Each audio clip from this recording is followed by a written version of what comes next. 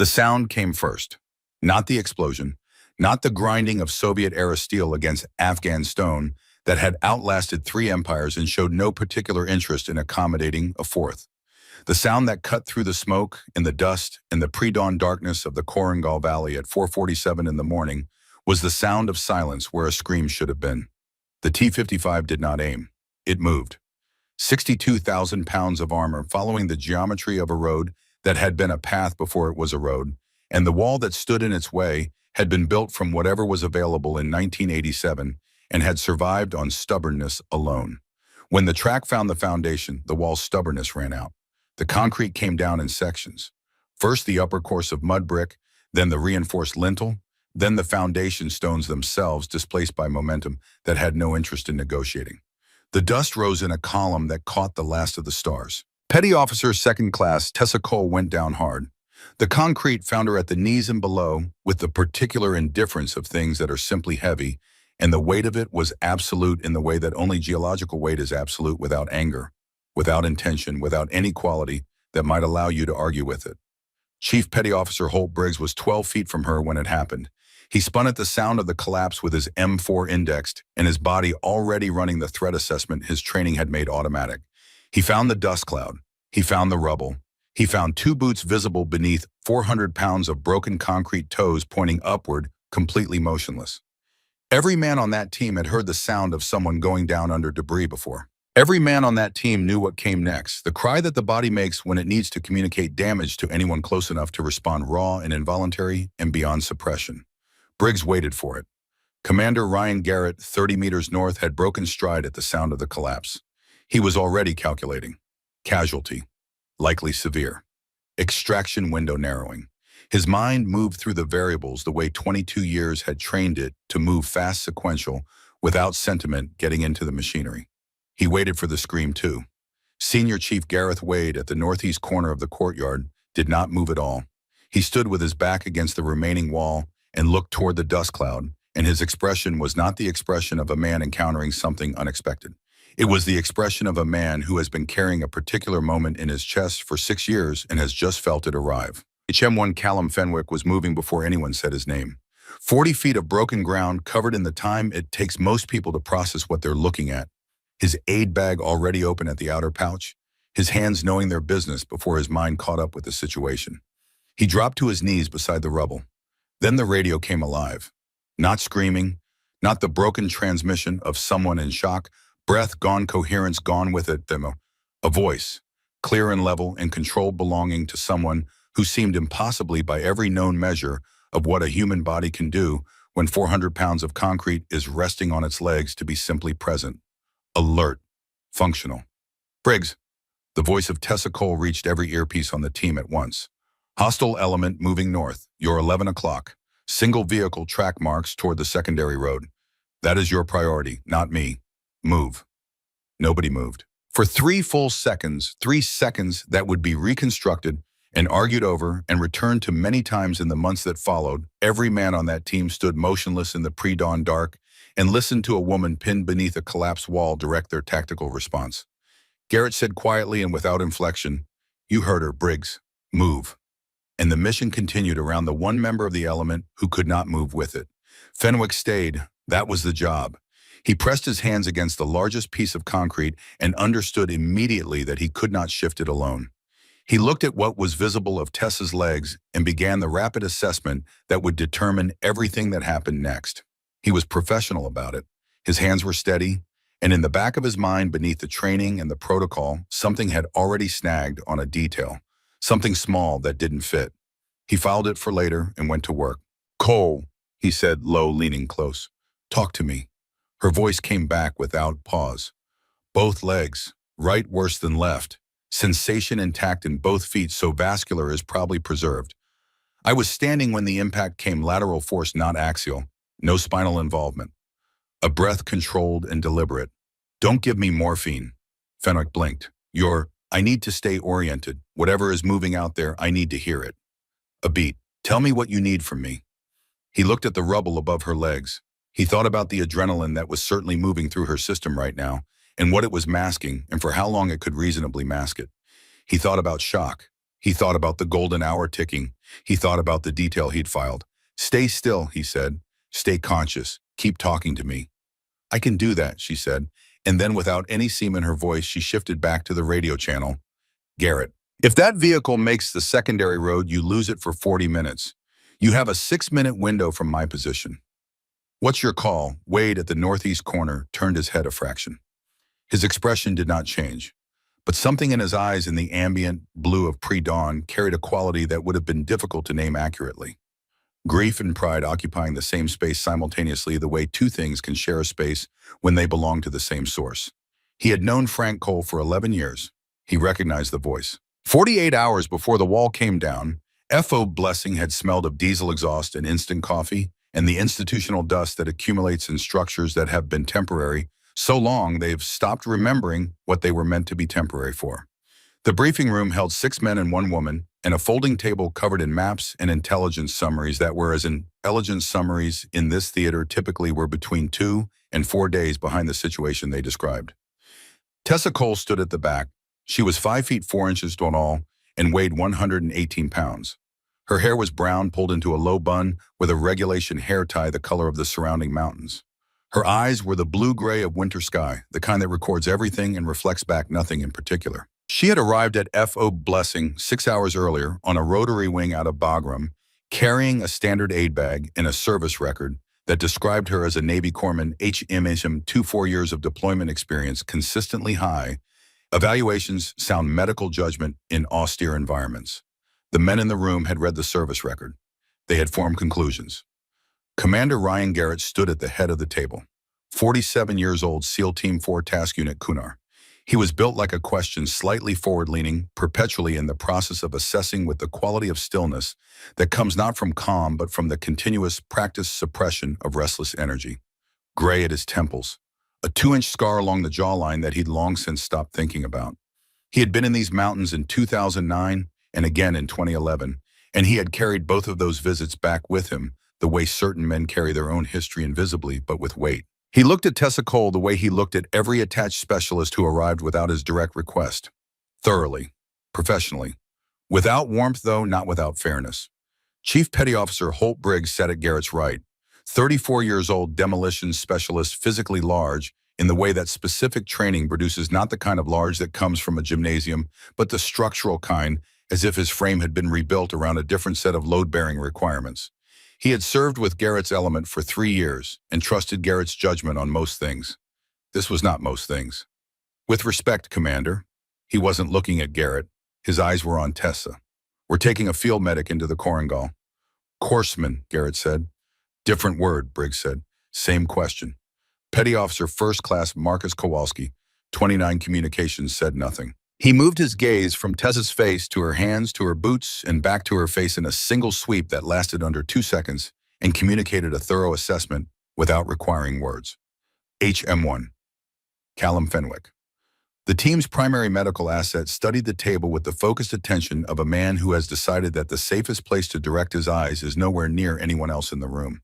He had complicated feelings about the new addition that he hadn't fully resolved. Petty Officer Warren Lyle Ghost to the Element sat across from Fenwick with his long sniper's hands flat on the table and his attention on the satellite imagery rather than the room's human dynamics. He had the quality of stillness that distinguished certain operators from others, the kind that suggested not absence of awareness, but its opposite, awareness so complete that it had no need of fidgeting. Petty Officer Declan Pruitt was 24 years old and 11 weeks into his first deployment, still in the process of developing the professional skepticism that the others wore like a second layer of equipment. He nodded at Tessa when she came in. She returned the nod. Senior Chief Gareth Wade sat in the corner, 58 years old, 4 years retired from active naval service, brought back for this deployment in an advisory capacity. Silver hair close-cropped, posture that had been upright for so long, it no longer required conscious maintenance. His eyes were a gray so consistent and so directionally ambiguous that it was difficult to determine precisely where he was looking at any given moment. He did not assess Tessa with his eyes the way the others did. He did not need to. He had been watching her carefully from a distance for 5 years. Garrett ran the briefing, the Korengal Valley, an IED network that had cost coalition forces 3 vehicles and 2 local force soldiers in 6 weeks. A source reliable 11 with specific information about the network's primary construction point. A structure 2 kilometers up a secondary valley, reachable on foot in 4 hours through terrain that would test the element before they even reach the objective. Get in, confirm the intelligence, exploit the site, extract, clean. He assigned positions and functions and walked through the communication protocols and the contingency routes without pause. When he finished, he looked around the table. Questions. Briggs said, "What's the corpsman's function beyond casualty management?" "Documentation assessment at the target site," Garrett said. "Any medical material we encounter, she identifies and categorizes. If there's documentation in languages Ghost and Torres can't read, she translates." "She speaks Pashto," Wade said from the corner. Not a question. Garrett looked at Wade, then at Tessa. "Cole." "Some Dari as well," she said. "Enough for technical vocabulary." The room processed this. Briggs looked at the map. Tessa looked at the satellite imagery on the table, specifically at the elevation contours on the northern approach, the way the terrain tightened on the eastern side of the target structure, the relationship between the building and the ridgeline above it. Her father had taught her to read terrain before she understood what she was reading. By the time she understood it, the reading had become involuntary, something her eyes did without asking permission. She said nothing about what she saw. After the briefing, she went to her assigned space and opened her aid bag and checked every item inside it, working from the outside pouches inward, checking expiration dates, quantities, the physical integrity of packaging, the function of anything with moving parts. 43 minutes. She had done this before every deployment for 4 years. When she picked up a pen decompression needle, long precise, the kind of instrument that goes somewhere specific and does something decisive. The index finger of her right hand moved once slightly at a particular point in the grip. A small involuntary movement, the kind a specific set of muscles makes when they encounter a shape they've held thousands of times and haven't forgotten, regardless of the years between. Nobody saw it. Nobody was watching carefully enough. 2 hours before the element stepped off, Tessa walked into the briefing room for the final equipment check and found the team already assembled, each man moving through his individual preparation with the organized efficiency of people who have done this enough times that the preparation itself has become a form of concentration. She stood to the side and watched. Her eyes moved across each man the way they always moved across patients, not making assessments they'd been invited to make but unable not to notice what was there. Garrett moving well, fully hydrated, carrying correctly. Briggs slightly favoring the left hip, an old injury, not current, not a problem tonight. Fenwick precise and economical, the hands of someone who has learned not to waste them. Ghost arranged at the table's edge, with the quality of a man who is always slightly more aware of his surroundings than everyone else in the room. Kowalski. She looked at Kowalski longer. He was moving through his radio kit with the professional competence she would have expected. Testing frequencies, checking connections. Nothing wrong on the surface.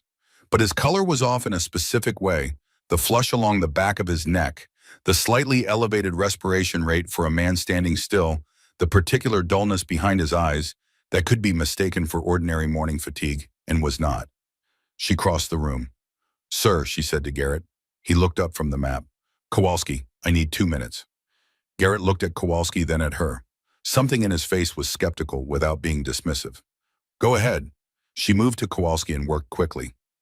Core temperature assessment, skin turgor, nail bed color, capillary refill. She asked him 3 questions in a voice low enough that only the 2 of them could hear, and listened to his answers with the focused attention of someone who is not listening for what she expects to hear, but for what is actually being said.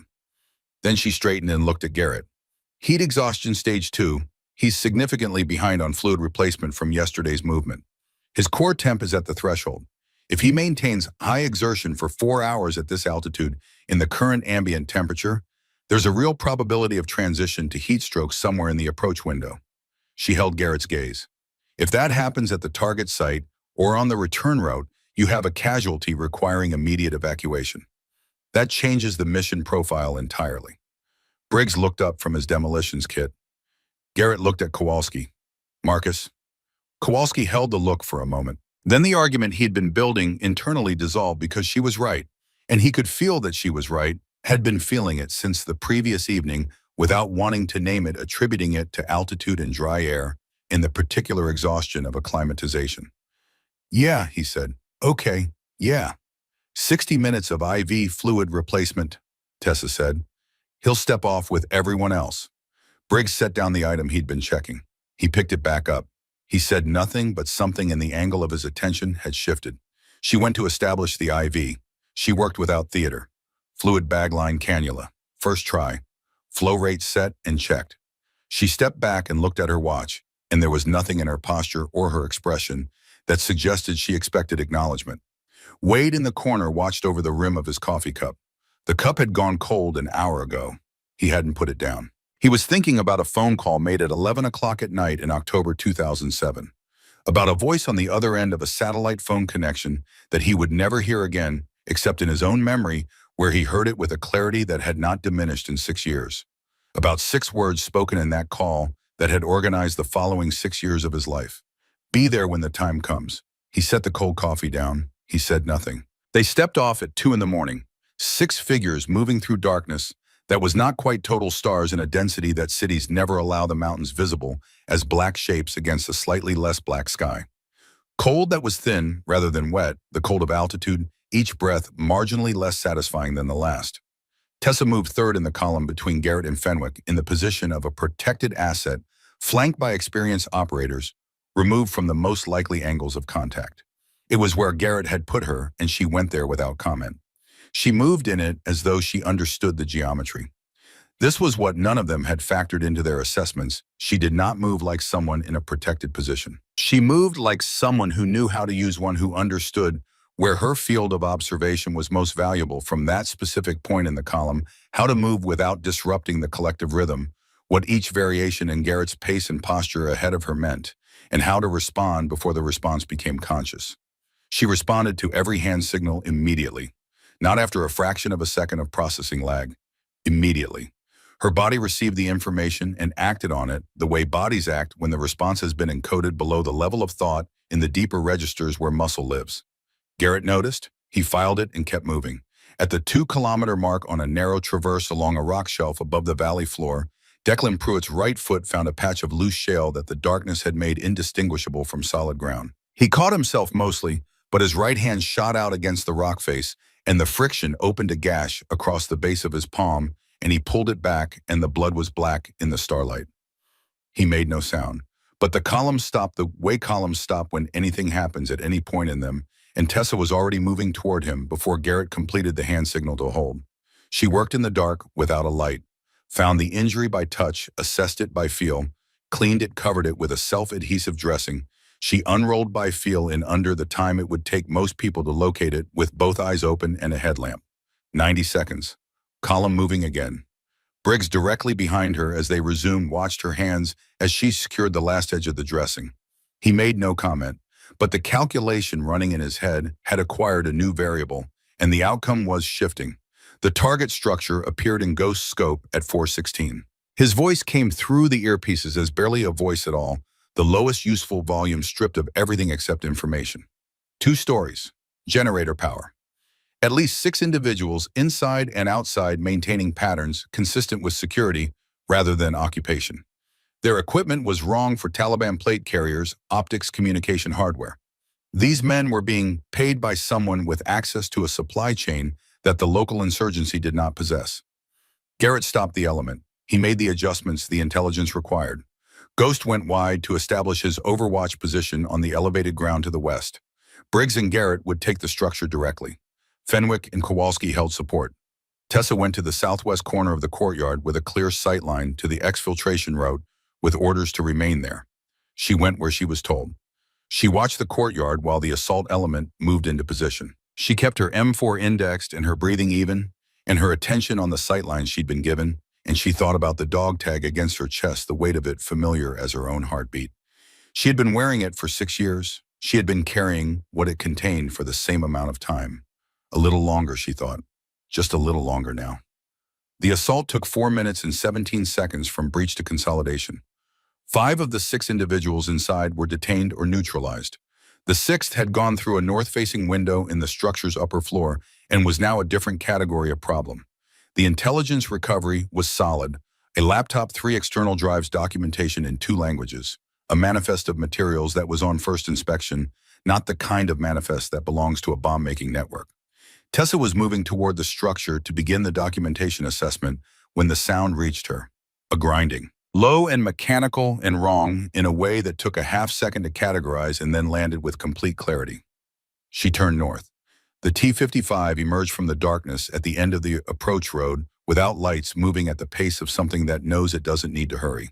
The track was audible before the mass of it was fully visible, 62,000 pounds of armor, refurbished, and running without any of the visual signatures that should have accompanied it. The Taliban did not have armor in the Korangal Valley. Garrett's voice on the radio controlled to the last fraction of a degree. All elements. Exfil now, east route, move. They moved. Tessa moved.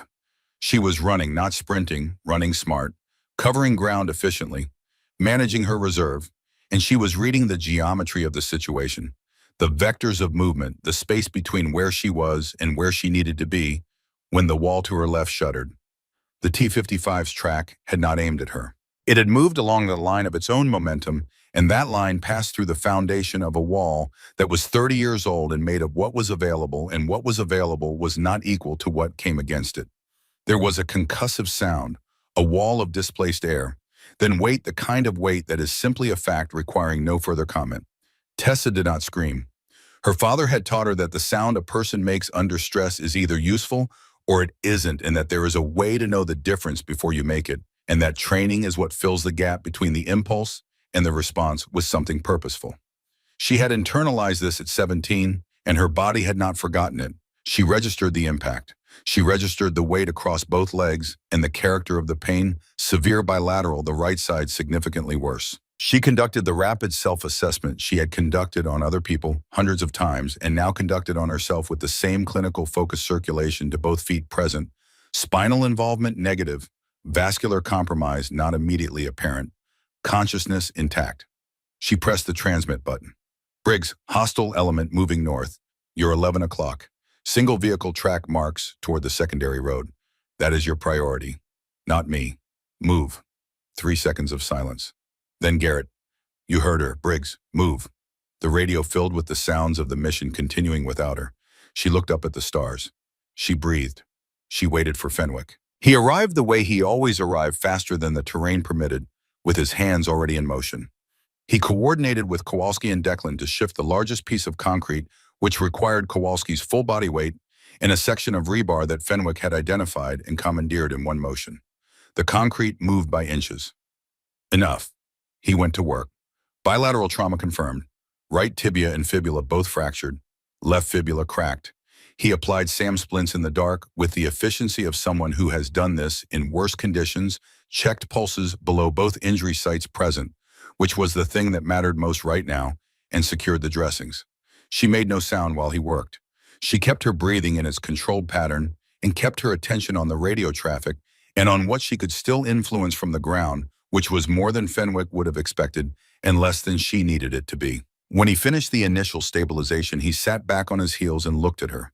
Not the medical assessment look that was done. The other look. The one that a person applies when they understand they are dealing with something that requires a larger category than the one they brought with them. He was still holding her right hand from the pulse check.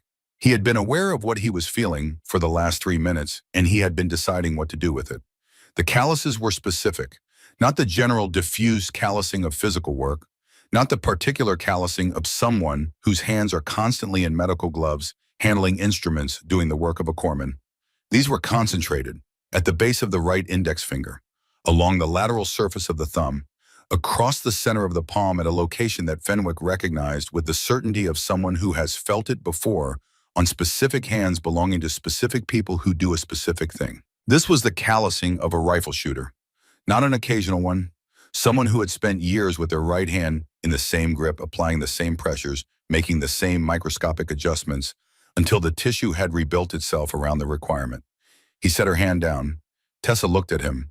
She had felt the change in the quality of his attention. She knew what he'd found. How long until the element returns, she asked. Tessa, estimated return, based on current position, and wrote. He held her gaze for a moment. Then he answered because it was a legitimate tactical question, and he was a professional, and because whatever conversation was coming would be better had when she was warm and elevated and at the FOB rather than lying in the rubble of a collapsed wall in the Korangal at 4:50 in the morning. She processed the information and looked back at the sky. Don't give me morphine until I tell you, she said. I know what the pain is going to do and I know how long I can manage it. When I reach the limit, I'll say so. Fenwick stared at her. In the 12 years across more casualty situations than he could accurately count, no one had ever said that to him. Who trained you? He said. She looked at the stars. My father, she said, nothing more. Fenwick sat beside her in the cold, thin air of the Korengal Valley, and he thought about calluses and posture and hand signals responded to before they were finished being made, and he understood that he was looking at a considerably larger set of facts than the ones he had arrived with when the night began. He keyed his radio and reached Garrett in 6 words. Stable. One item requiring your attention. He did not elaborate, not on an open channel. Wade at the perimeter heard the exchange. He understood what the item was. He had known what it was for 5 years. He thought, Frank, she made it here. The eastern ridgeline was beginning to hold the first gray suggestion of dawn. Not light yet, but the accumulation of light's approach, the sky distinguishing itself from the mountains by a fraction. Tessa lay still and breathed and thought about a kitchen in Fayetteville, North Carolina, in the fall of 2007. Her mother's hands around hers. A question asked in a voice that had spent 2 days on the far side of grief and had not yet come back. A promise made by a 21-year-old who was still too raw to fully understand what she was promising or how long it would cost her. She had kept it for 6 years. She had broken it tonight. She thought about what her father had told her once on a hillside in North Carolina in the early morning. The light still low and the rifle still too heavy for her adolescent frame, but her grip already finding the shape it would spend the next decade refining. Heal when you can, Tessa. Fight when you must. And know the difference. That's the whole thing right there. That's everything. She had spent 6 years on the first half of the sentence.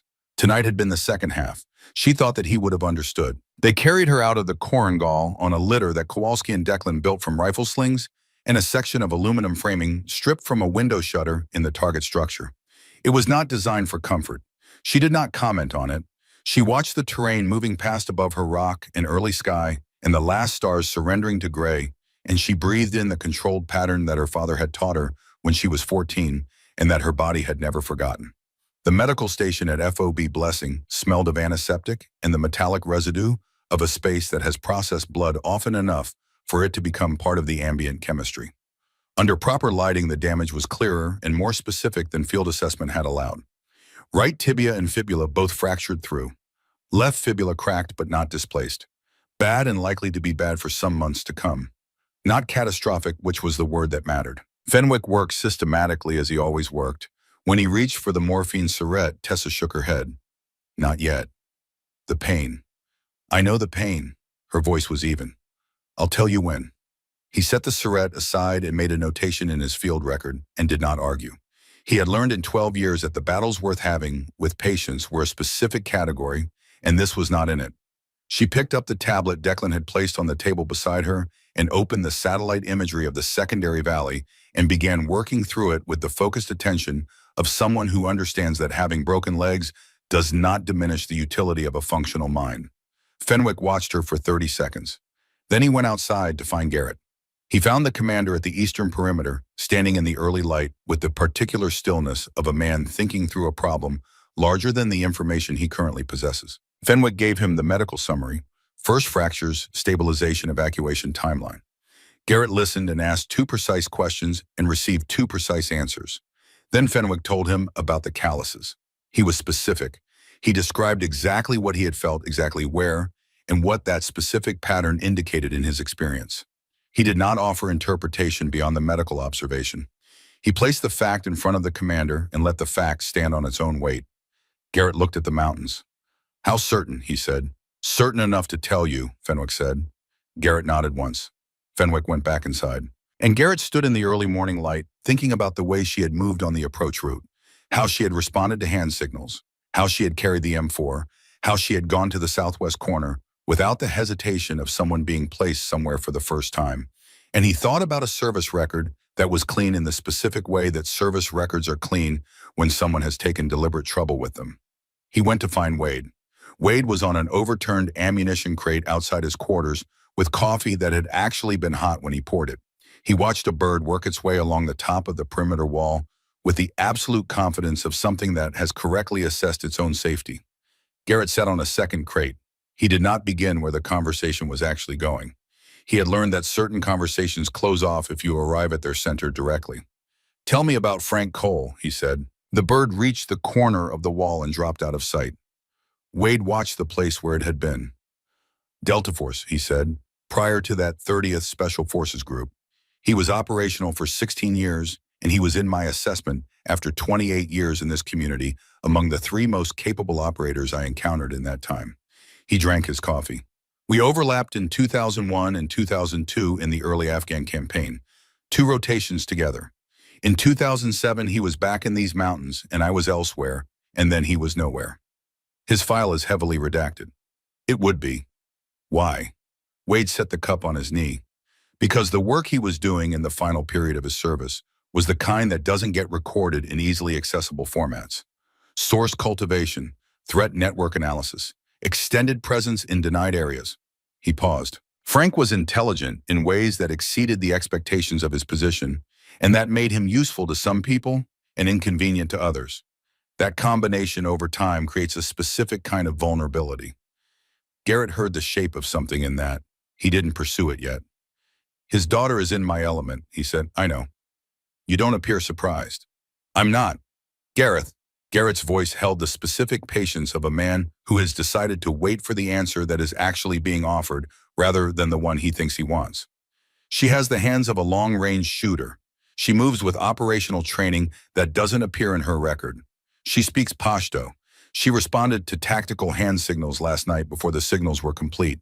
He let each item land. "And she is in the Korangal Valley attached to my element on a mission in the valley where her father was killed. Tell me what I'm looking at." Wade was quiet for the length of time it takes a bird to work its way along a wall and disappear. "You're looking at his daughter," he said, "who is more completely his daughter than most people in her life understand."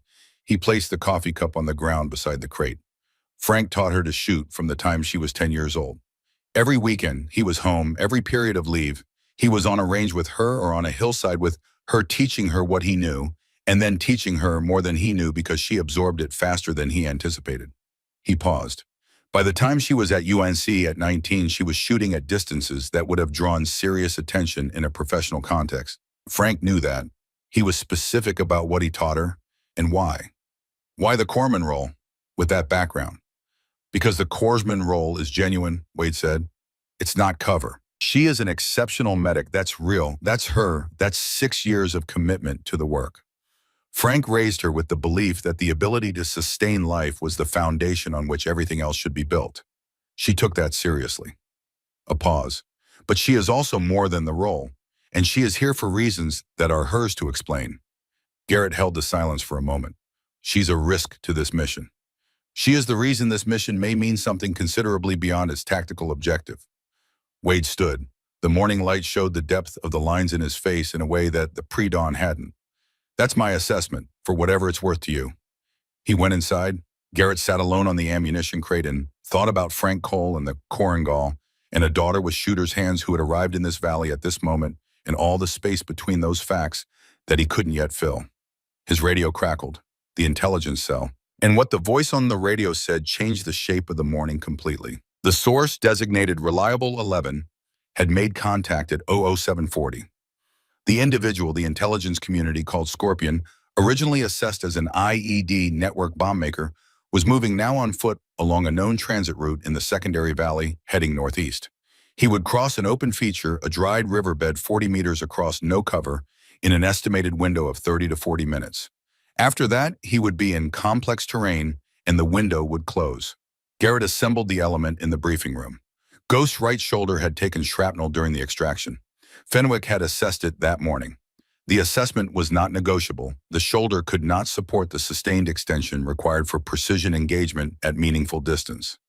Ghost sat with his arm immobilized, watching the briefing with the specific expression of a man who has been told he cannot perform the one function he is specifically present to perform. The distance to the crossing point, 820 meters. Garrett laid it out without embellishment. The window, the distance, the asset, the consequence of inaction. Scorpion would be in the wind with the intelligence value he represented, and months would be required to develop another approach to his network. He looked around the room. Ghost immobilized. Briggs effective at 400 meters maximum. Kowalski communications. Declan, 8 weeks of operational experience, demonstrated accuracy to 500 meters under controlled conditions. The Barrett M82A1 sat in his case against the east wall, 50 caliber, 30 pounds, consistent precision at distances where most rifle conversations become theoretical. Garrett looked at Tessa in the modified wheelchair Kowalski had assembled from available materials. Her legs were extended on a foam support improvised from medkit packaging. The tablet was in her lap. She had been listening to the briefing with her eyes on the map on the table. "Cole," he said. She looked up. "Can you?" 2 seconds of quiet. Not the quiet of someone calculating capability. The quiet of someone understanding that this is the moment, the one she has known was coming. The one she has been carrying, 6 years of preparation toward the one on the other side of a promise she made in a kitchen in Fayetteville in the fall of 2007. "I need the Barrett, sir," she said. "Stable platform, second floor of the north structure. The window gives the right angle of approach to the crossing point." She paused. "And I'll need ghost dope on this morning's wind before the window closes." Nobody spoke. Briggs looked at the table. His jaw held an expression that was complicated, invisible, and for Briggs, unusually unguarded. Ghost reached down with his left hand and unzipped the Barrett case. His voice, when he spoke, had the flat professional quality of someone who has set aside what he's feeling in order to be useful. "Wind has been running 8 to 12 knots from the northwest all morning. It's variable, cycling in 4 to 5 minute patterns. You'll want to account for the cycle." "Thank you," she said. Briggs pushed back from the table. He stood up. He walked out of the room without looking at anyone. Garrett watched him go. Then he looked at Tessa. "Set it up." The second floor of the north structure had a window that faced northeast and gave her exactly the line the crossing point required. Declan and Kowalski carried her up the exterior stairs in the chair, with the particular care of people who are being practical about something that has other dimensions they're not addressing. She set the bipod on the window ledge. She adjusted the height. She seated the Barrett in the pocket of her shoulder, the specific junction of muscle and bone that the rifle's recoil would engage, and she understood precisely what this moment cost. Not the pain in her legs, which was present and managed, not the physical awkwardness of the position. Those were technical problems with technical solutions. What it cost was the 6 years of her mother's voice in her memory. The specific weight of a promise made in grief carried faithfully, now necessarily set aside. Patricia Cole was in Fayetteville working a Wednesday morning shift at Cape Fear Valley Medical Center with no knowledge that her daughter was sitting in a modified wheelchair in a damaged structure in the Korengal Valley with a 50 caliber rifle on a bipod and a 30 to 40 minute window to do what she had been avoiding for 6 years. Tessa breathed through it. She looked through the scope. 820 meters downrange, the dried riverbed was a pale diagonal cut across the earth, bordered by scrubby vegetation that moved in the variable wind. The narrowest crossing point was obvious, the natural choice for anyone moving northeast in a hurry. Nothing yet. She watched the vegetation at the 400-meter mark, the reference point her father had taught her, the halfway indicator that reads what the air is doing in the portion of the trajectory that matters most. The vegetation moved, settled, moved again. The pattern Ghost had described 4 to 5 minute cycles. She waited for the cycle's baseline. The figure appeared at the far edge of the riverbed, male, moving with the purposeful, unhurried pace of someone who knows the route. Dark clothing, a pack, nothing visible in his hands. She tracked him. The wind steadied, vegetation at 400 meters, holding consistent pressure from the northwest. She calculated the correction. She placed the reticle not where the figure was, but where he would be when the round arrived, at the speed the round traveled over the distance between them. She breathed in. She breathed down to the space between heartbeats. She squeezed.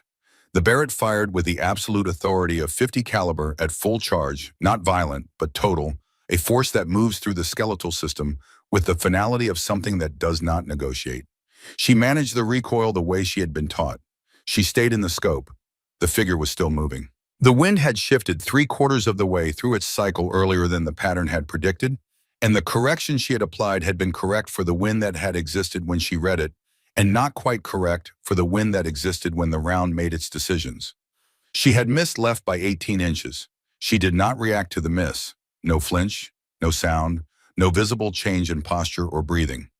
She reacquired immediately. The figure had quickened, not running, not yet certain. 12 seconds maybe before he reached the vegetation line on the far side. She watched the reference point. The wind had committed to its new position, running consistent now, 8 knots direction fixed. New correction, new lead. Same stillness. She squeezed.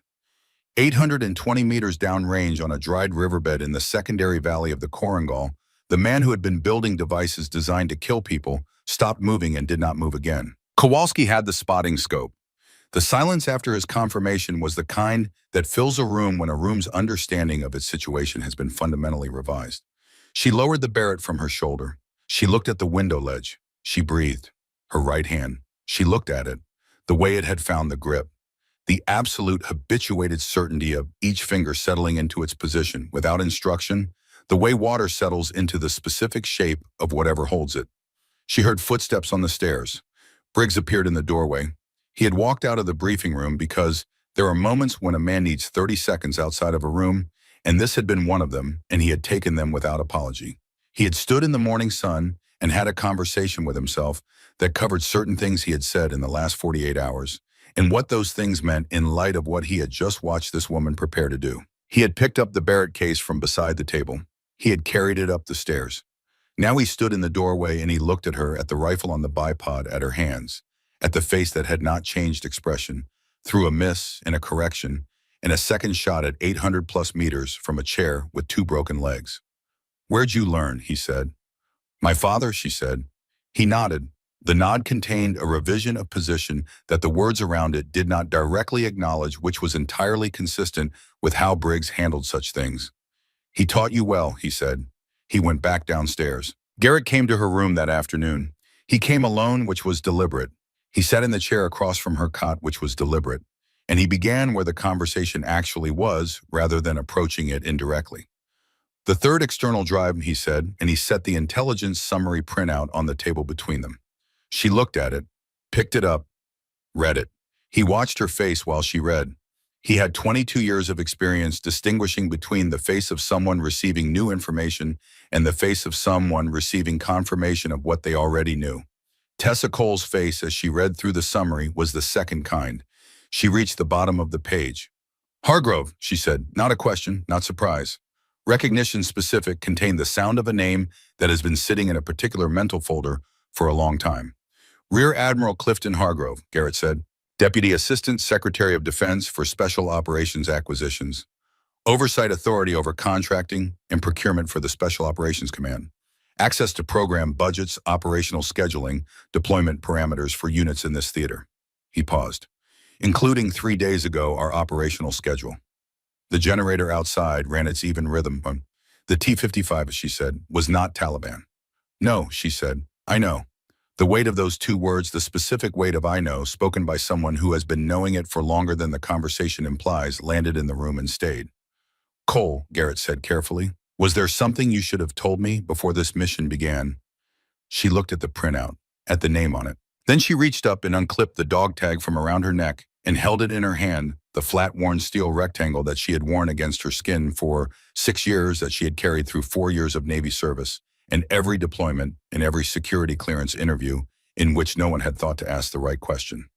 "My father was an electrical engineer before he was a soldier," she said. "He studied for 2 years at NC by State before SFAS. He retained the knowledge." She held the tag up slightly. "The chip inside this is approximately the size of a grain of rice.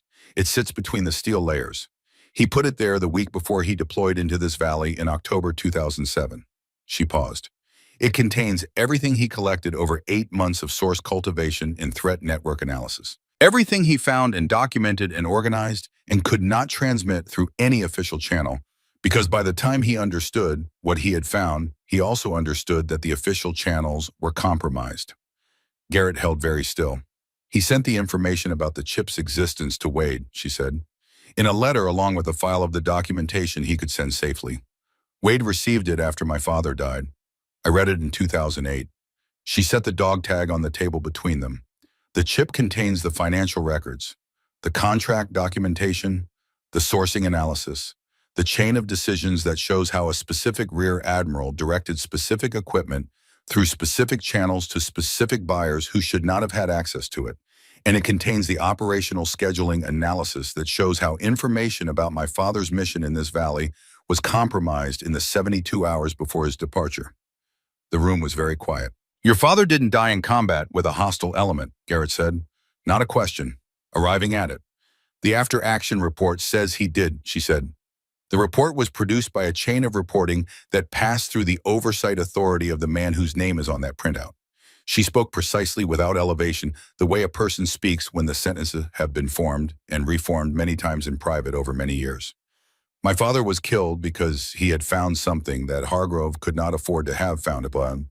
His death was arranged to appear as what it officially became. Garrett looked at the dog tag on the table between them. 6 years, he said. Yes. And you've been waiting for the right context. She held his gaze.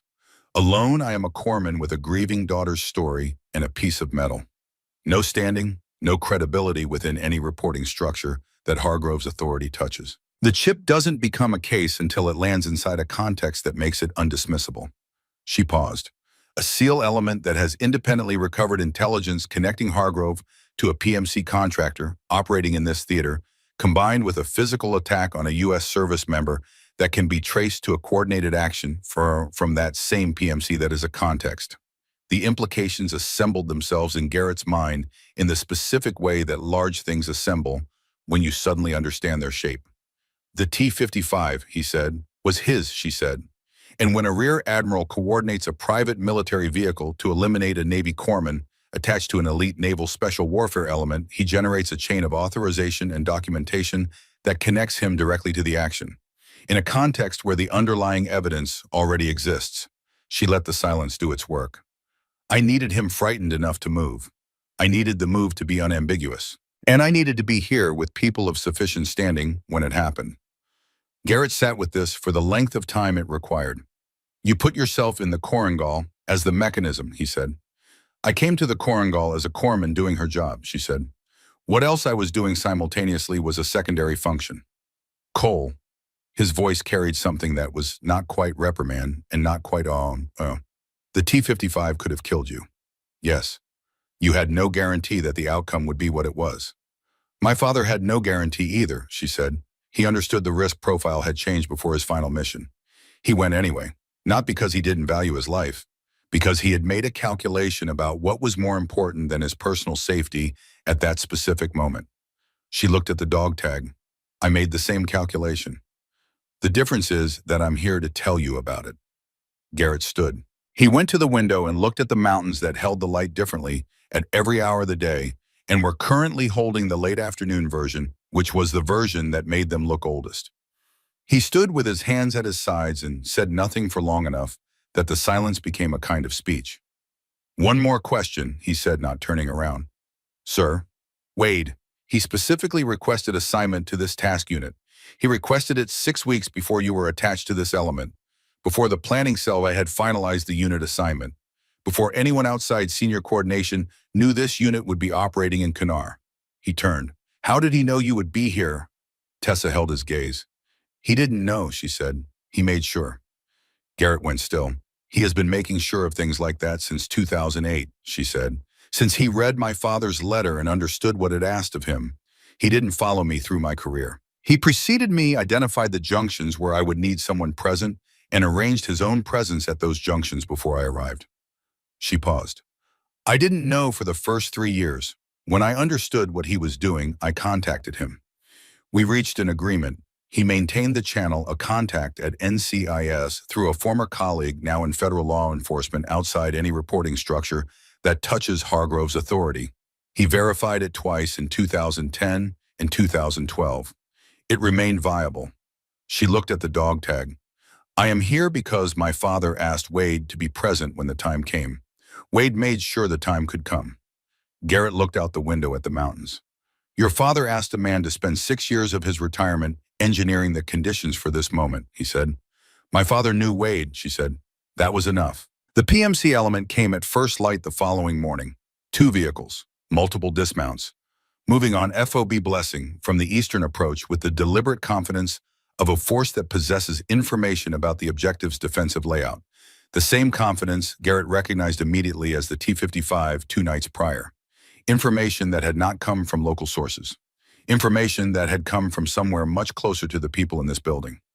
Garrett called all elements to defensive positions and began running the mathematics of what he had. Ghost's shoulder had improved overnight, but not to full function. He could manage the Mark 14 enhanced battle rifle from the northeast corner, where the angle was favorable, left-hand dominant position brace covering 3 of the 4 likely approach vectors. The fourth was the west side, the gate side. The approach that someone with the FOB's precise layout would know was least covered. Someone with that information. Ghost moved to the northeast corner. Briggs and Garrett held the main perimeter. Kowalski ran communications and covered the east. Declan took the south. The west was open. In the medical station, Tessa heard the defensive positions being called, and she looked at the window facing west, and she looked at the Barrett case that Kowalski had returned to her room after the previous engagement, setting it against the wall without comment or explanation, and she understood what the next few minutes required. She moved. 4 minutes to position herself at the window, 4 minutes of movement that was neither graceful nor without significant pain, which she acknowledged and filed, and did not allow to govern the following 4 minutes. She got the bipod on the ledge, she got the rifle seated, she found the angle west. The wadi, a dry watercourse 200 meters out, providing cover for a moving element, had a bend at its northern terminus where the ground rose slightly. A sniper in that position would have sightlines into the FOB's gate and into the backs of 3 defensive positions, including Garrett's. She looked for the sniper. She found him at 680 meters. His position was good professionally, chosen properly concealed. Not chosen by someone who improvised. Chosen by someone who had been given the layout of this FOB and the time to study it. He had located Garrett. Garrett was behind a stack of HESCO barriers at the gate. The barrier profile was correct for the threat vectors Garrett was accounting for. It was not correct for the angle from the wadi's northern bend, which put approximately 4 inches of the top of Garrett's head above the barrier's profile, 4 inches. The sniper was settling into his final position. Tessa set her reticle. She was aware at the same time of the radio, Kowalski's voice suddenly compressed the specific compression of a man who has just been hit and is still functioning but has lost something. Arterial by the sound and the context. Fenwick was moving. Fenwick could not do 2 things at once. She looked at Garrett's 4 inches. She looked at the sniper completing his final position adjustment. She breathed. 1 shot, 680 meters. The sniper in the wadi ceased to be a problem for anyone. She was already on the radio. Fenwick, Kowalski is down. Western courtyard. Arterial involvement. Get there. Then she was back in the scope looking for the next requirement, because the next requirement was always there if you were looking. Fenwick reached Kowalski in 40 seconds. The tourniquet cat applied correctly, ventrally rotated until the bleeding stopped, caught it in 90. Kowalski's color was going in a direction Fenwick did not want it to go, and then the tourniquet caught it and the direction changed.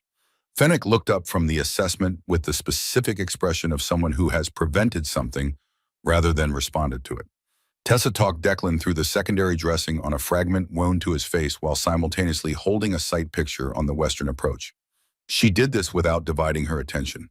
She distributed it the way her father had taught her attention could be distributed if the foundation was deep enough, if the training was thorough enough, if you had spent enough years building the thing until it no longer required conscious management. Both hands, he had told her. What the left hand does and what the right hand does are both necessary. Neither is complete without the other. And when the moment comes that asks for both at once, you will know, because the moment will not wait for you to decide whether you're ready. The engagement lasted 21 minutes. When it was over, Garrett found her at the window. He stood in the doorway and he looked at the bipod on the ledge and the rifle and the woman in the chair who had done what she had done from that chair. And the silence he held was not the silence of someone without words. It was the silence of someone ensuring that the words they use are accurate. Kowalski, she said. Stable, he said. Fenwick says he'll be all right. She released a breath. What you did today, Garrett said. Both things, not sequentially, simultaneously. I need you to understand that I have not seen that before. In 22 years, I have not seen that. She looked at the window. My father said the best operators he knew were people who could build as well as break. He raised me with that in mind. She paused. I've been trying to honor that. Garrett nodded slowly. He went to find Briggs. Briggs came to the medical station at 1900 hours. He had a cup of coffee in each hand. He held one out. She took it. He sat in the chair across from her with his own cup held in both hands, in the specific posture of a large man who is about to say something that doesn't come easily to him. She let him find his way to it. The first day, he said, the thing I said about the Korangal. You said several things. Yeah, he looked at his cup. Several things. She didn't make it easy. She also didn't make it harder.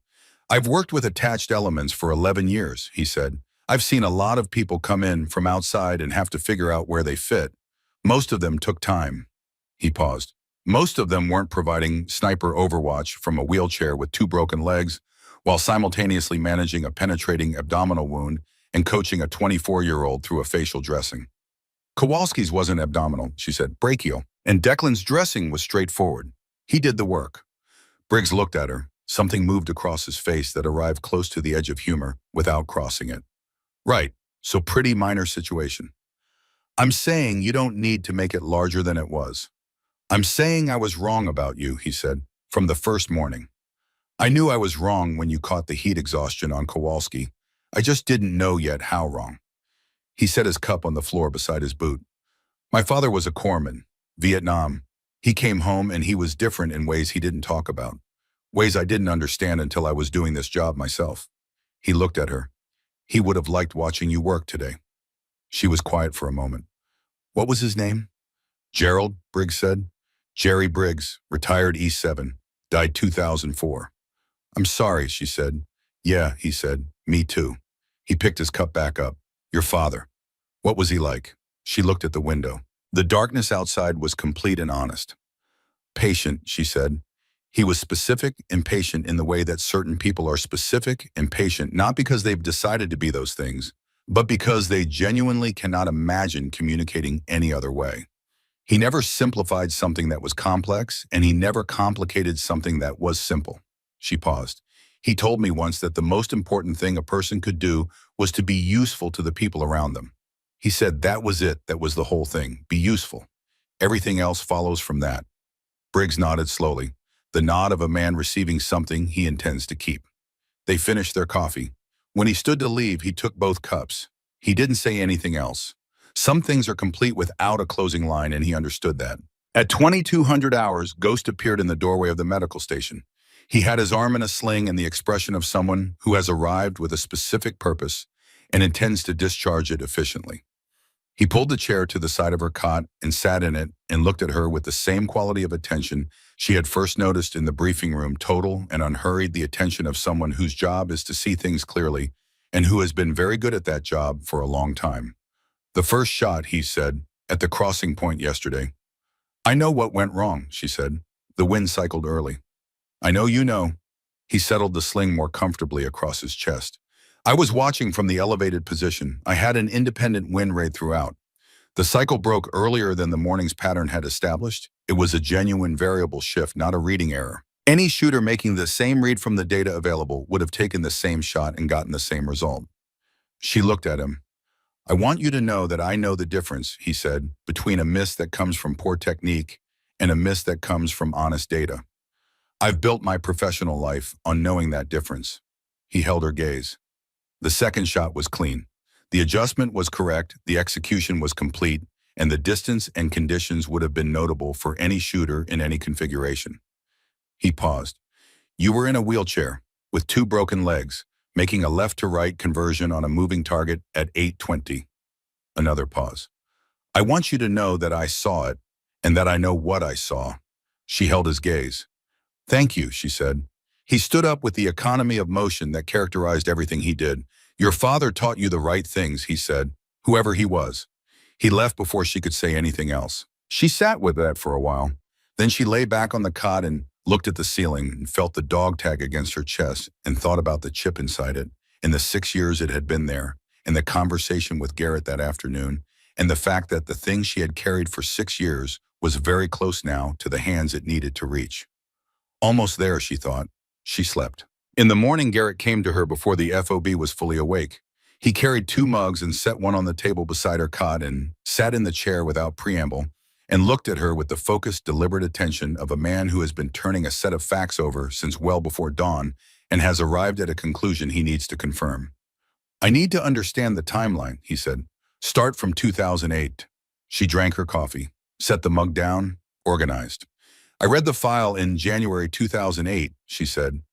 Wade gave it to me, the documentation my father had sent him, and a letter my father had written before his final deployment.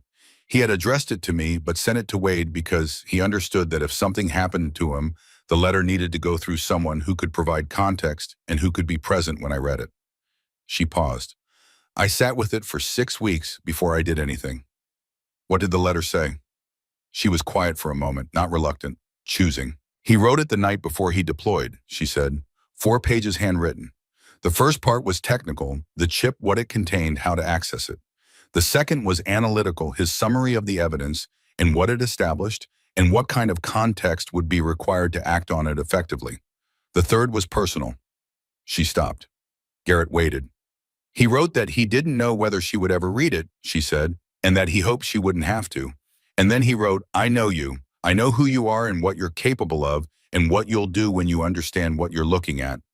I'm not telling you what to do. I'm telling you that what you find is real and that you are the right person to do something with it and that I need you to do it right. She paused. He underlined those last 3 words twice. Do it right, Garrett held the phrase in his mind. 6 weeks, he said. Then I understood what doing it right required. It required standing. It required a context in which the evidence arrived alongside independent corroboration inside a chain of custody that Hargrove's oversight authority could not reach. She looked at the window. The morning light was coming in clean and direct. Alone in 2008, I was a 22-year-old corpsman with a dead father's notes and a chip and a dog tag. That's not a case, that's a story. Stories get dismissed, especially stories that implicate flag officers and require dismantling 6 years of official record. She looked back at Garrett.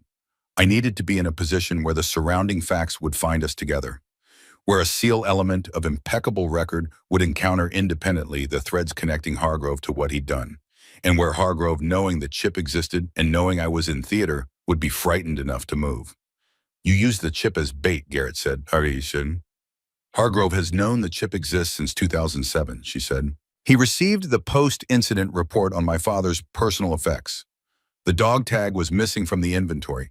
He's been looking for it for 6 years, not obsessively, but consistently, the way careful people monitor a long-term risk. When a Navy corpsman with the name Cole arrived in Kunar on a mission in the valley where Frank Cole died, he moved. She paused. I needed him to move. I needed the move to be recorded and traceable and unambiguous. The T-55 gave us all 3. Garrett was still. You understood, he said slowly, that the move might kill you. I understood that it might, she said. I made the same calculation my father made. The difference is the outcome. The room held that. Gareth Wade, Garrett said. He preceded you here. He engineered his own assignment to this task unit before you were attached to it. Yes. And you didn't tell me. She looked at him. I told you what you needed to know at the time you needed to know it. I gave you the information in the sequence that the situation required. She paused. I should have told you about the chip before the first mission. That's the decision I'd make differently. Everything else was the right sequence.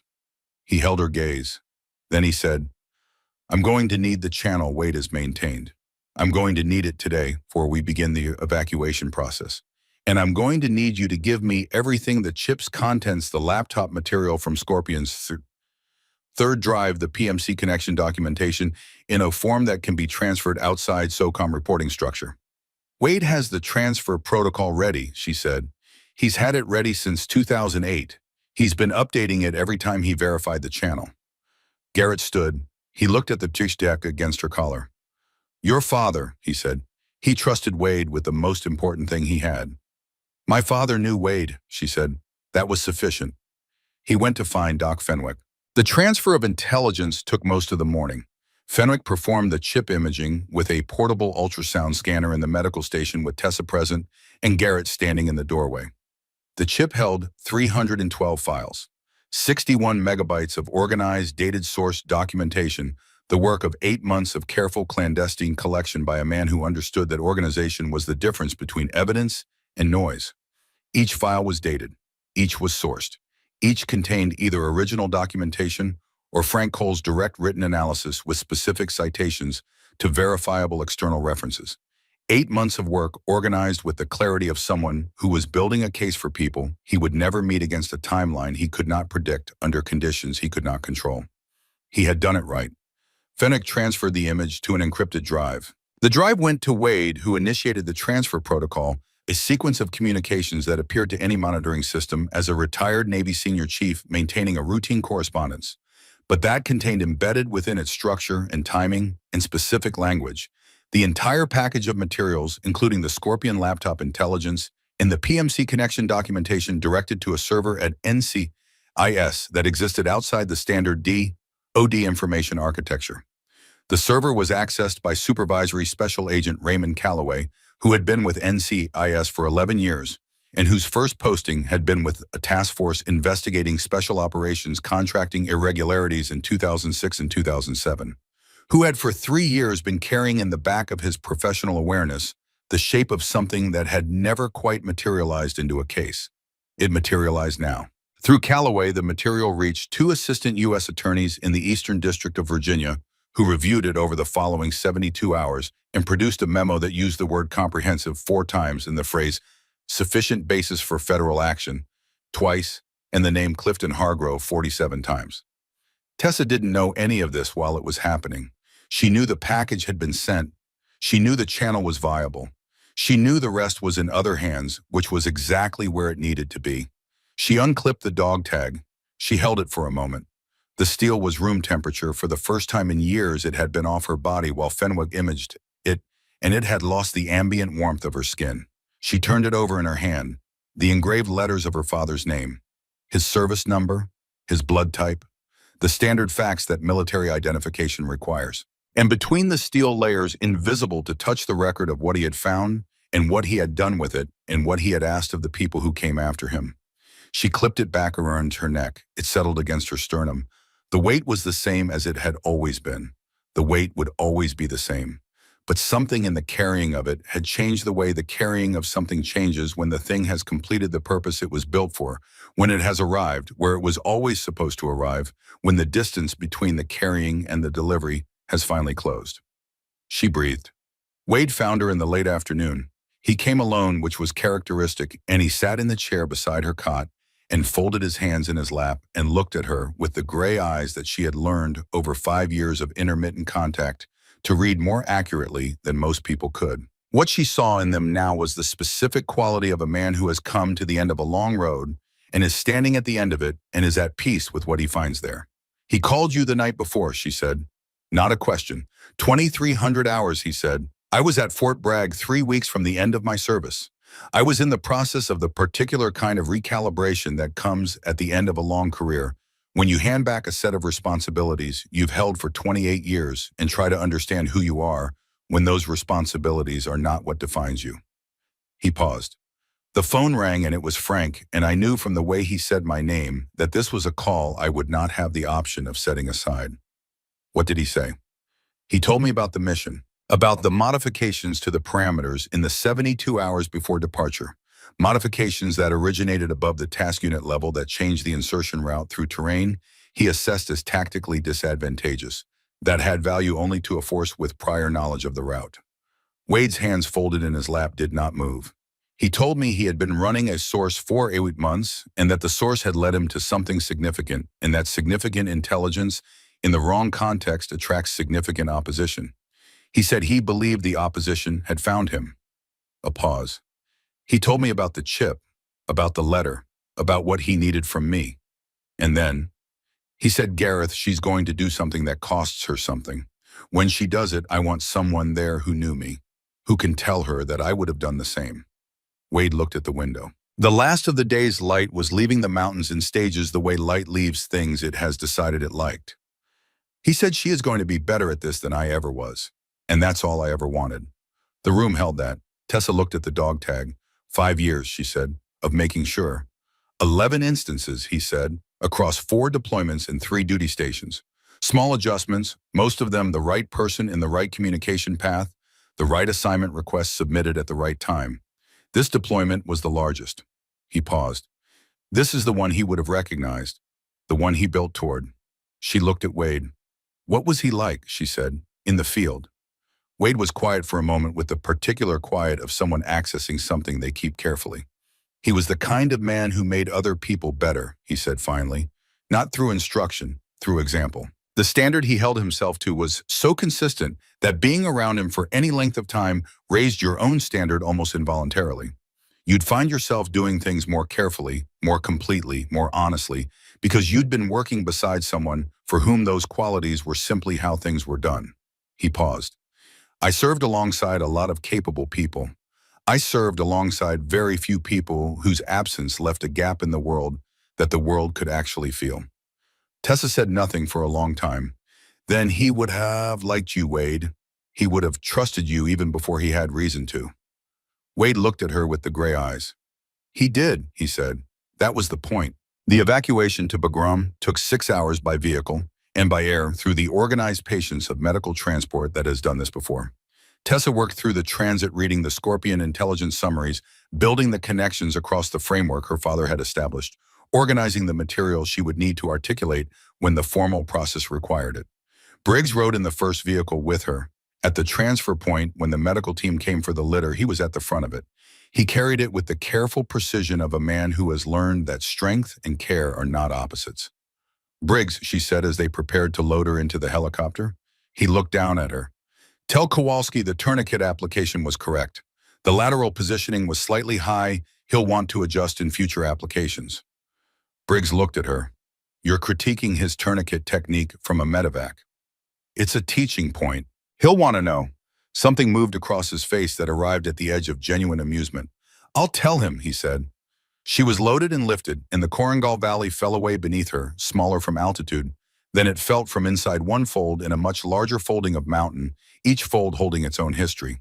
She watched until the particular fold that held the last 72 hours of her life was indistinguishable from the surrounding terrain. Then she looked at the sky. The surgical team at Bagram was efficient and asked good questions, and the surgery itself took 3 hours and 40 minutes and produced a reconstruction that the surgeon called solid with a qualifier about 6 months of rehabilitation that Tessa had already factored into her calculations. Garrett came to the recovery room that evening. He stood at the foot of the bed and looked at the monitoring equipment and at her face and received the information both of those things provided. Calloway confirmed receipt, he said. Chain of custody is documented. 2 assistant U.S. attorneys in the Eastern District of Virginia have been briefed. Calloway's initial assessment is that the material is comprehensive, his word, and that the basis for formal action is clear. She absorbed this. Timeline, she said, 3 to 4 weeks before the first formal action, possibly less. Calloway says the financial documentation is particularly explicit. He paused. He also says it is the most organized collection of evidence of its type he has seen from a non-professional source. My father was thorough, she said. So is his daughter, Garrett said. He stood for another moment. Then the element is being operationally rotated while the investigation is open. Ghost's shoulder is responding to treatment. Briggs is fine. Kowalski is already arguing with the medical staff about mobility restrictions. A pause. He also wants you to know that he's adjusted the lateral positioning on the tourniquet technique, and the result was measurably improved in the first trial. She allowed herself something that came close to a smile. Declan is asking if he can write to you, Garrett said. He can write, she said. Garrett nodded. He looked at the surgical dressings one more time, at the elevation, at the numbers that confirmed she was where she was supposed to be in her recovery. Cole, he said, you're going to need 6 months. I know. And when 6 months is over, she looked at him directly. I'll be ready when I'm ready, sir. He nodded. He left without additional words because additional words would have been additional, and they were finished with everything that needed to be said in this room on this day. She lay in the recovery room and listened to Bagram operating around her and felt the dog tag against her chest and understood clearly and without any ambiguity that she had done what she came to do. She thought about calling her mother. Not yet. Not tonight. Tonight the outcome was real but not yet fully formed. The investigation was open. The formal process was in motion, but nothing had completed. The call belonged to the far side of completion. She would know when she had reached it. She would wait until she could say, here is what happened, here is what came of it, here is where we are. Not here is what is still in motion. She closed her eyes. She slept. 3 weeks after Tessa was transferred to Walter Reed on a Wednesday morning that had the flat quality of early winter in Washington, Rear Admiral Clifton Hargrove was met at his vehicle in the Sockent parking structure by 2 special agents from the Federal Bureau of Investigation and an assistant U.S. attorney who informed him with the economy of language that federal procedure requires that he was being detained in connection with a federal investigation under the Espionage Act, to which conspiracy charges had been appended, and that he had the right to remain silent, which she suggested he exercise. Tessa heard about it 4 days later. Wade called at the time she had given him on the number she had given him, and he said 6 words, "It happened. He has been charged." She held the phone for a moment. She looked at the window of her room at Walter Reed. November in Maryland trees, stripped sky, the particular flat gray of mid-Atlantic late autumn. She had grown up with that sky. She knew its weight and its specific quality of light. She thought about her father on a hillside in North Carolina in the early morning, the light just beginning to clear the ridge. A rifle slightly too heavy for her, the grip not yet shaped to her hand, her father's voice behind her, patient and specific, each word precisely where it needed to be.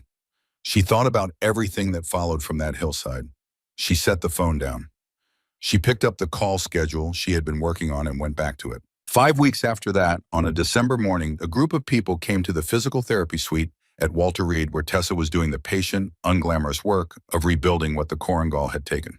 The physical therapy suite was functional and well lit and smelled of rubber matting and institutional cleanliness. There was nothing grand about it.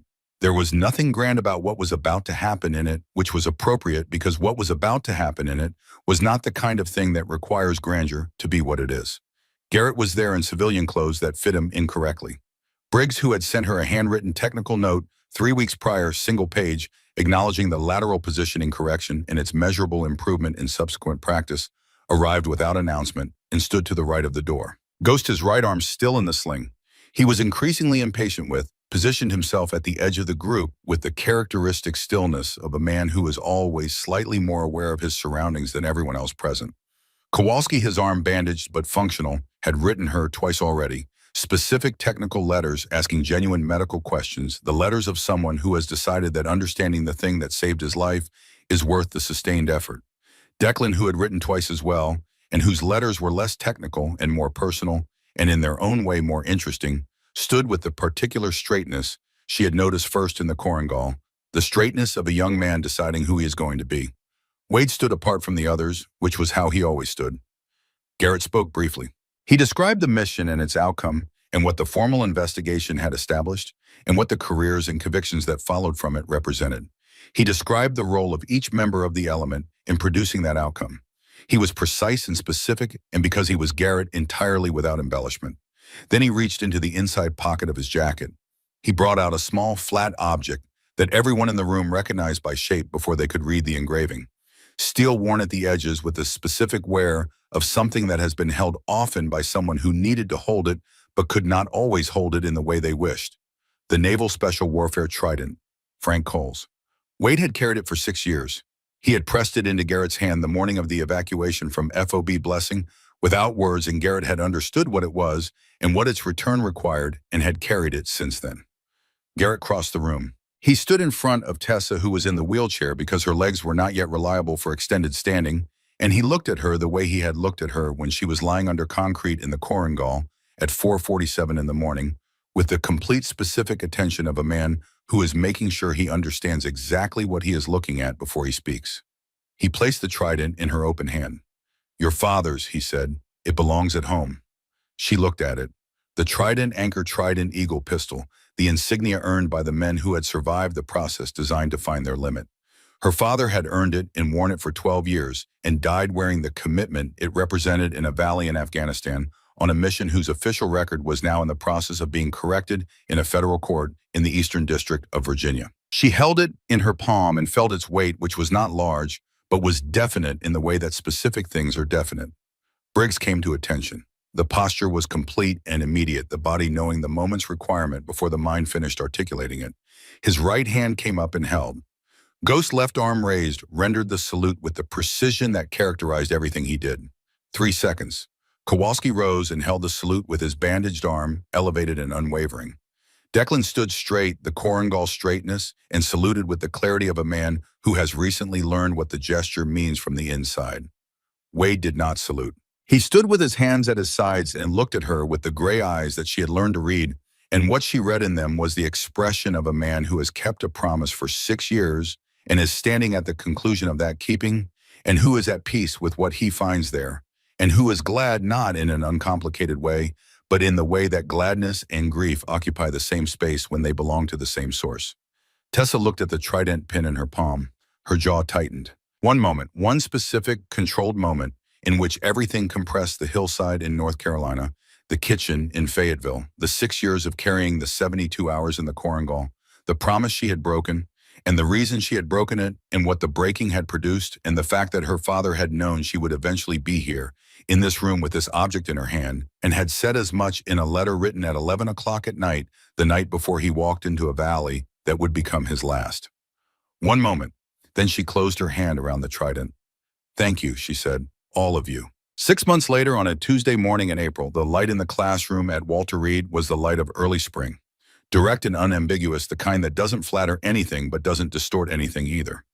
16 people sat in a horseshoe arrangement, 12 corpsmen and medics at various stages of training, 4 SEAL operators, 2 newly designated, who had been selected for an interdisciplinary program that was still accruing its official name, but already had its curriculum written on the whiteboard at the front of the room in 2 lines. Steady hands, heal when you can, fight when you must. Tessa Cole stood in front of the board. Her uniform was on, her cover was on the table. She was standing on both legs. There was still intention required on certain surfaces at certain angles. The legacy of 6 months of rebuilding. But the legs worked and the work had been worth doing, and she was here. She looked at the 16 people. She let the silence run for a moment. Her father had taught her this, that silence properly placed focuses a room in a way that words cannot, because it creates the space into which words arrive with weight rather than simply filling space that was already full. "You are here," she said, "because someone in this institution decided that the traditional division of functions in a combat medical context is worth questioning. Medic or operator, healer or fighter, the either or." She paused. "I want to start by telling you that I agree with specialization. Deep mastery of a specific skill set produces outcomes that broad competence cannot. That is true, and it remains true, and I am not here to argue against it." A few faces in the horseshoe registered the beginning of confusion. "I am here to tell you," she said, "that there are circumstances, specific documented recurring circumstances, where specialization alone is insufficient, where the moment asks for both, simultaneously. Not sequentially, not alternating, but simultaneously." She paused. "This course is not about replacing what you are. It is about ensuring that when the moment asks for more than one thing at once, you have the hands for it." She turned to the board. "The first rule," she said, and she wrote it. "Steady hands. The same hands that hold a needle hold a grip. The same hands that stop bleeding apply pressure. What the hands do is not defined by the instrument they hold. It is defined by the training behind them and the decision in front of them." She stepped back. "The second rule," she said, "heal when you can. Fight when you must. These are not separate imperatives. They are one imperative in 2 expressions. The goal is always the same: bring the people you are responsible for out alive. What the goal requires in any given moment is a function of the moment, not the manual." She looked at the room. At 16 people who had come here to become something larger than either category alone. "We will spend the first week on medicine," she said, "because medicine is the foundation. The ability to sustain life is the thing everything else stands on. If you take nothing else from these 3 weeks, take that." She paused. "The second week we go into tactics and marksmanship fundamentals. The third week is integration. That is where the real work begins." She set her hands on the table in front of her. "These 2 sentences on the board," she said, "they did not come from a curriculum. They came from a man who spent 16 years in the field, understanding that the division between healer and fighter was in practice a limitation he could not afford. He built the framework this curriculum is built on. He didn't write it as a curriculum. He wrote it as the way he understood things to be." She paused. "He is not here to teach it himself. So I am teaching it for him." The room was quiet. She looked at the 16 people. She thought about what he would have said to them, the specific patient precision of him, the way he never made simple things complicated, or complicated things simple, the way every sentence he spoke arrived at exactly what it meant to say and stopped there. She thought about what she would say to them instead. She thought about a hillside in North Carolina in the early morning, the light still low, a rifle slightly too heavy for her frame, but her hands already learning the shape they would spend a decade refining. "Heal when you can, Tessa. Fight when you must, and know the difference." "Let's begin," she said. That evening, the classroom held the residual warmth of a room that has been used, the particular atmospheric quality of space that has had 16 people in it for 7 hours thinking hard about things that matter. Tessa sat at the desk after the last student was gone. On the desk, the trident pin in its case. The photograph her father on a training range somewhere in BD. You squinting into the sun, grinning with the unguarded joy of someone who is exactly where they are supposed to be. A letter she had written to her mother 2 weeks ago and sent by mail because some things need to be written rather than spoken, need the physical act of pen and paper, need the time that writing takes. Her mother had written back. The reply was in the case beside the pin folded once. Patricia Cole's handwriting in the blue ink she had used since Tessa could remember had said, "I understand, sweetheart. I always knew. I just needed you to be safe enough to tell me."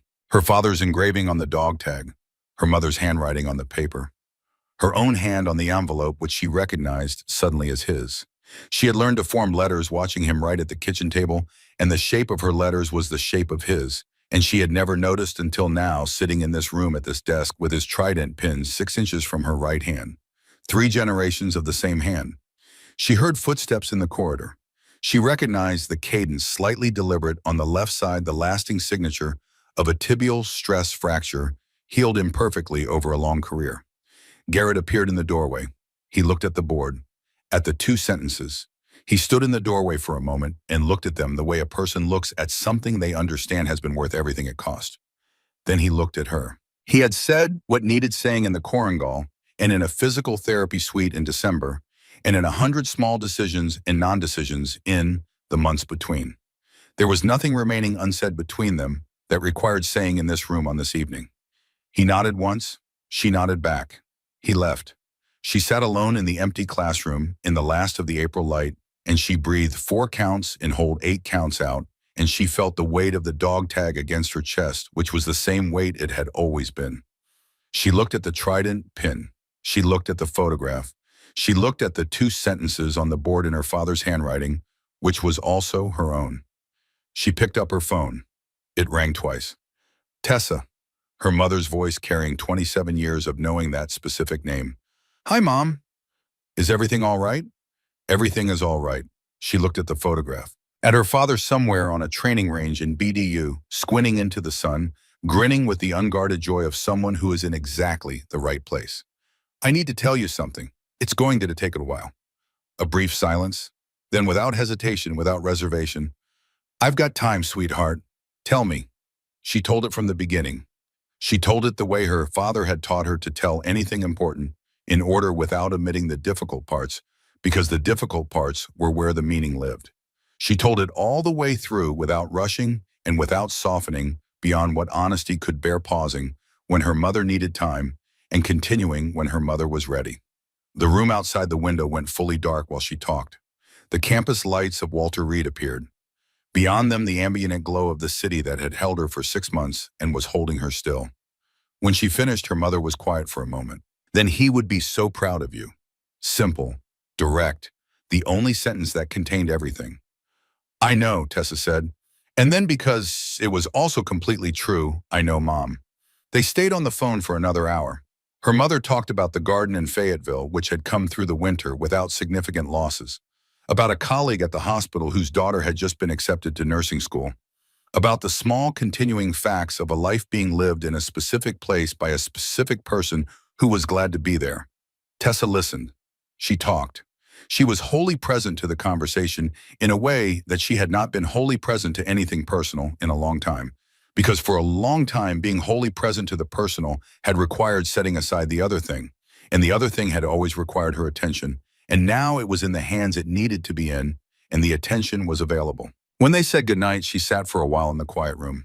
She thought about 16 people who would be in the horseshoe tomorrow morning, about what the next 3 weeks would require of her and of them, about the work of translation, taking what has been learned at specific, costly, irreplaceable cost and converting it into something that can be passed along, something that can live beyond the person who first learned it. Her father had believed that legacy was not the things you accomplished. It was the understanding you successfully transmitted before you were done. She understood that now more completely than she had 6 months ago. She would understand it more completely 6 months from now. That was how understanding worked. It deepened not by arrival but by sustained return. She stood. She moved to the desk and picked up the trident pin in its case. She held it for a moment, the specific, definite weight of it, and set it back in its position facing the photograph. She turned off the light. In the doorway, she paused and looked back at the darkened room. At the whiteboard she couldn't see anymore, but knew was there with the 2 sentences her father had given her and that she was giving forward. Steady hands, heal when you can, fight when you must. She walked out into the corridor. She was on both legs, steady and deliberate. The work of the last 6 months present in every step, not as a reminder of what it had cost, but as evidence of what patience and honest effort could rebuild. The corridor was lit and long and led somewhere she was ready for. She had carried the thing she carried for 6 years. She had delivered it to the right hands. She had kept one promise and broken another for reasons her father had understood before she did in a letter written at 11 o'clock at night before a final deployment into a valley that had become in the end the beginning of something rather than only the end of something. She walked toward the light at the far end of the corridor. She did not look back. There was nothing behind her that she needed to carry anymore. There was only what was ahead of her, which was the next class and the next student in the next moment that would ask for steady hands, and she had those. She had always had those. Her father had made sure of it.